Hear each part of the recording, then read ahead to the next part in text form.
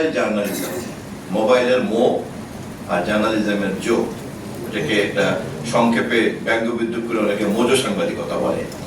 বাস্তবতা হচ্ছে যে যার হাতে ডিভাইস সেইটা এখন সাংবাদিক, এবং অন্য ভাষায় যদি আমরা বলি সিটিজেন জার্নালিজম চলছে এখন। কোনো প্রতিষ্ঠান লাগে না, কোনো হাউস লাগে না, কোনো জ্ঞান লাগে না, কোনো শিক্ষা লাগে না, কাণ্ডজ্ঞান অথবা তার নিজের যে সমস্ত সুস্থ অথবা অসুস্থ বুদ্ধি বিবেচনা, আর হলো একটা স্মার্টফোন, দ্যাট ইজ নাফ। কারণ এই ফোনের মধ্যে অনেক ক্ষমতা রয়ে গেছে। বাংলাদেশ প্রেস ইনস্টিটিউট পিআইবিতে গুরুত্বপূর্ণ একটি মোড়ক উন্মোচন করা হয়, বিশেষ করে সাংবাদিকতায় জেন্ডার যে সংবেদনশীলতা তার উপর একটি মোড়ক উন্মোচন করা হয়। এবং এই অনুষ্ঠানে প্রধান অতিথি হিসেবে উপস্থিত ছিলেন বাংলাদেশের মাননীয় তথ্যমন্ত্রী জনাব জহিরুদ্দিন স্বপন, এবং আরও উপস্থিত ছিলেন বিশেষ অতিথি হিসেবে তথ্য সচিব ফারজানা মাহবুব, এবং আরও উপস্থিত ছিলেন মহিলা শিশু বিষয়ক মন্ত্রণালয়ের অতিরিক্ত সচিব। সাংবাদিক একটি মহান পেশা, এই পেশাকে কুলুষিত হচ্ছে সেটা কিন্তু আমরা দেখতে পাচ্ছি। বিশেষ করে বিভিন্ন ধরনের কন্টেন্ট ক্রিয়েটর যারা রয়েছে তারা বিভিন্ন ধরনের সংবেদনশীল কন্টেন্ট তৈরি করে ভিউ বা যারা ভিউ ব্যবসা করে তারা জন আতঙ্ক সৃষ্টি করছে। বিশেষ করে তারা তাদের কন্টেন্টের ভিতরে যেই কোনো কিছু শিক্ষণীয় বিষয় সেটা কিন্তু থাকছে না, এবং তারাও নিজেকে সাংবাদিক পরিচয় দিচ্ছে। বিভিন্ন ধরনের হাজার হাজার এরকম কন্টেন্ট ক্রিয়েটর আছে যারা সাংবাদিকতার নামে অপসাংবাদিকতা ছড়াচ্ছে। নারীকে যেভাবে মিডিয়ার মাধ্যমে উপস্থাপন করা হয় সেটা কি সবসময় সমাজ যেভাবে দেখে সেরকম না, তার থেকেও পিছানো? কিন্তু আমরা দেখেছি মিডিয়ার মধ্য দিয়ে এমন তীব্রভাবে নারীকে আঘাত করা হচ্ছে যে মজুর রিপোর্টাররা বিশেষ করে যারা হাতে মোবাইল থাকলে সে মজুর রিপোর্টার নিজেকে দাবি করছে, এবং তাদের কোনো শিক্ষা নেই, জ্ঞান নেই, কোনো হাউস নেই, তার কোন হাউসে সেটাও কিন্তু নেই, এবং তার নিজস্ব একটা ক্যামেরা নিয়ে তারা মজুর রিপোর্টিং করছে। এবং বাংলাদেশে নয় বহির্বিশ্বেও কিন্তু এটা একটা নেগেটিভ ইম্প্যাক্ট আছে। এটা দর্শক জানিয়ে রাখি, বাংলাদেশের যে কন্টেন্ট ক্রিয়েটর রয়েছে, হাজার হাজার কন্টেন্ট ক্রিয়েটর রয়েছে, তারা নিজেকে সাংবাদিক পরিচয় দেয়, এবং এই পর্যায়ে সাংবাদিক একটা মহান পেশা, এবং অনেক প্রফেশনাল সাংবাদিক কিন্তু বিভিন্নভাবে আসলে অপমানের শিকার হচ্ছে, এবং তারা কিন্তু সাংবাদিক পরিচয় দিতেও অনেক সময় ইস্তত্ব বোধ করে। এই সকল কন্টেন্ট ক্রিয়েটররা সামাজিক ও রাজনৈতিকভাবে মানুষকে হেয় প্রতিপন্ন করার জন্য বিভিন্ন ভাবে মানুষের সংবেদনশীল ছবিগুলো প্রকাশ করে, এবং এই ছবি প্রকাশের মাধ্যমে তারা কিন্তু ব্ল্যাকমেলের আশ্রয় নয়। সেক্ষেত্রে কিন্তু সরকার গুরুত্বপূর্ণ সিদ্ধান্ত নিয়েছে, এবং বিশেষ করে যারা কন্টেন্ট ক্রিয়েটররা রয়েছে তারা কিন্তু অনুমতি ব্যতীত কারো ছবি বা ভিডিও নিতে পারবে না।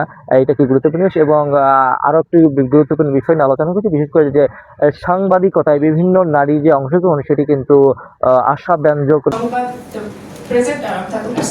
বিষয়ে আপনারা বলছিলেন বডি শেমিং। আমি এই জায়গাটাতে বলতে চাই যে আপনারা সুন্দর মেয়ে না দেখলে টিভি স্ক্রিনে বসতে চান না, এবং মোটা মেয়ে দেখলে আপনারা টিভি স্ক্রিনের সামনে বসতে চান না, আপনারা রিমোটটা চেঞ্জ করে ফেলেন। অথচ দেখেন আপনারা যখন বিবিসি দেখেন অথবা আপনারা যখন সিএনএন, আল জাজিরা দেখেন, সেখানে কালো চিকনা ভোটকা মেয়েরা নিউজ করতেছে, কিন্তু সেখানে আপনারা অত্যন্ত মনোযোগ দিয়ে দেখছেন। আমার মনে হয় কারণটা অনুসন্ধান করা জরুরি। আরেকটা বিষয় সেটা হচ্ছে যে বাংলাদেশের 3টা টপ মোস্ট জনপ্রিয় টিভি চ্যানেলে মেয়ে রিপোর্টার খুবই কম। নারীরাও কিন্তু পুরুষের মতো সমান অধিকার সেটি কিন্তু পাচ্ছে না। বিভিন্ন স্লাইডের মাধ্যমে দেখানো হয় যে মফস্বলে যারা সাংবাদিকতা করে তাদের সুবিধা, এবং শহরে যারা সাংবাদিকতা করে তাদের সুবিধা নিয়ে কিন্তু আলোচনা করা হয়। এবং বিশেষ করে নারী প্রতিনিধি, যারা নারী প্রতিনিধি ছিলেন তারা কিন্তু গুরুত্বপূর্ণ বক্তব্য দিয়েছেন, এবং তারা মনে করে যে এই বৈষম্য দূর করার জন্য সবাইকে একসাথে এগিয়ে আসতে হবে, এবং তাদের চাকরির ক্ষেত্রে বা তাদের পেশাগত দায়িত্বের ক্ষেত্রে যেই অপমানের, যে অপদস্থের শিকার হয় সেটি কিন্তু একটি গুরুত্বপূর্ণ বিষয়। এবং এখানে আরও বিষয় নিয়ে অনেক বিষয় আলোচনা করা হয়, বিশেষ করে যে প্রেজেন্টাররা, বিশেষ করে আমাদের বাংলাদেশের যে মিডিয়ার প্রেজেন্টার বা বিশেষ করে মহিলাই কিন্তু সুন্দরী স্মার্ট মহিলাদেরকে কিন্তু অগ্রাধিকার দেওয়া হয়। সেক্ষেত্রে কিন্তু আমরা দেখতে পেয়েছি, এবং তারা রেফারেন্স দিয়েছে নারী প্রতিনিধির পক্ষ থেকে সিএনএন, আল জাজিরা, বিবিসি, সেখানে কিন্তু সুন্দরের কোনো গ্রহণযোগ্যতা নেই। এখানে যে কেউ কালো, মোটা, বেটে এবং যে কেউ কিন্তু বিবিসিতে কাজ করছে তাদের নিষেধ যোগ্যতার বলে সেটি হওয়া উচিত বলে কিন্তু মনে করেন।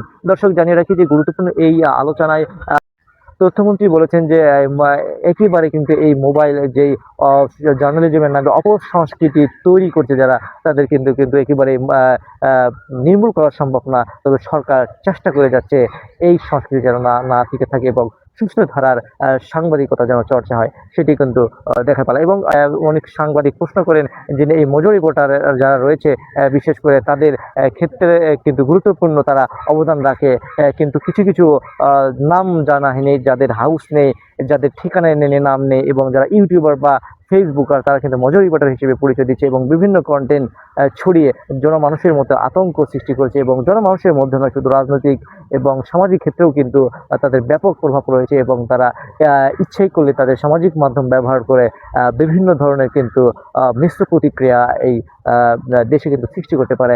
সেই ক্ষেত্রে কিন্তু সরকারের পদক্ষেপের বিষয়ে সাংবাদিক মহল থেকে জানানো হয় এবং তথ্যমন্ত্রী আশ্বস্ত করেন যে সরকার বদ্ধপরিকর সকল কিছু অপসংস্কৃতি দূর করার জন্য। কিছু কিছু কন্টেন্ট ক্রিয়েটররা আছে যারা মানুষের আবেগ এবং মানুষের বলা যেতে পারে দুর্বলতাকে অস্ত্র হিসেবে ব্যবহার করে তারা বিভিন্নভাবে ছবি বা ভিডিও নিয়ে মানুষকে যে হেনস্থার শিকার, সেটিও কিন্তু গুরুত্ব পায় এই আলোচনায়।